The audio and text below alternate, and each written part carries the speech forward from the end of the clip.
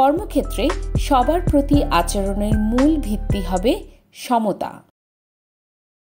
অন্যের সঙ্গে কথা বলা বা কাজ করার সময় তার প্রতি বিনয়ী ও শ্রদ্ধাশীল থাকব।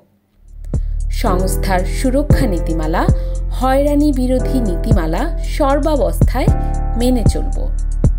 সংস্থার সুরক্ষা কাঠামোর নীতিমালাগুলোর লঙ্ঘন ঘটলে বা ঘটতে দেখলে দ্রুত রিপোর্ট করব।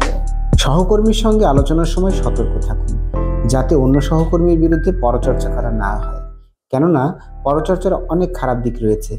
আমরা যার সঙ্গে পরচর্চা করি সে আমাকে কি ভাবছে এটাও বুঝতে হবে।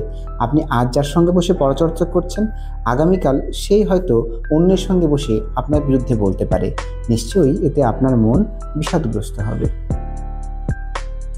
কর্মস্থলে মূল লক্ষ্য কর্ম বা কর্মস্থলের কাজ, যা করার জন্য আপনি সেখানে রয়েছেন।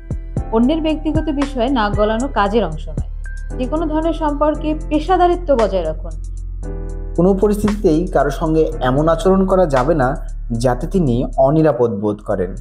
যৌন হয়রানির নানান রূপ সম্পর্কে আমরা সবাই জানি।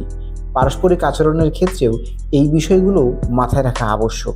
যা একজনের কাছে নিছক মজা কিংবা সামান্য ব্যাপার, অপর কারোর জন্য তা হতে পারে বিভীষিকা। সবসময় মনে রাখা উচিত, কমিউনিটির মানুষ আমাদেরকে সম্মানের চোখে দেখে যখন আমরা তাদের সাথে ভালো আচরণ করি এবং শ্রদ্ধা পোষণ করি। এই সম্পর্ক অত্যন্ত স্পর্শকাতর এবং অতি সহজেই নষ্ট হতে পারে। এতে করে দীর্ঘমেয়াদী ক্ষতিগ্রস্ত হওয়ার ঝুঁকি বেড়ে যায়। তাই যে কোনো ধরনের সম্পর্কে পেশাদারিত্ব বজায় রাখুন। যে কোনো ধরনের যৌন শোষণ, নির্যাতন এবং যৌন হয়রানিকে না বলবো। সবার সাথে সংবেদনশীল ও দায়িত্বশীল আচরণ করব। কর্মসূচির সাথে সম্পৃক্ত শিশু, নারী ও বিশেষ চাহিদা সম্পন্ন মানুষের সুরক্ষায় সজাগ থাকব।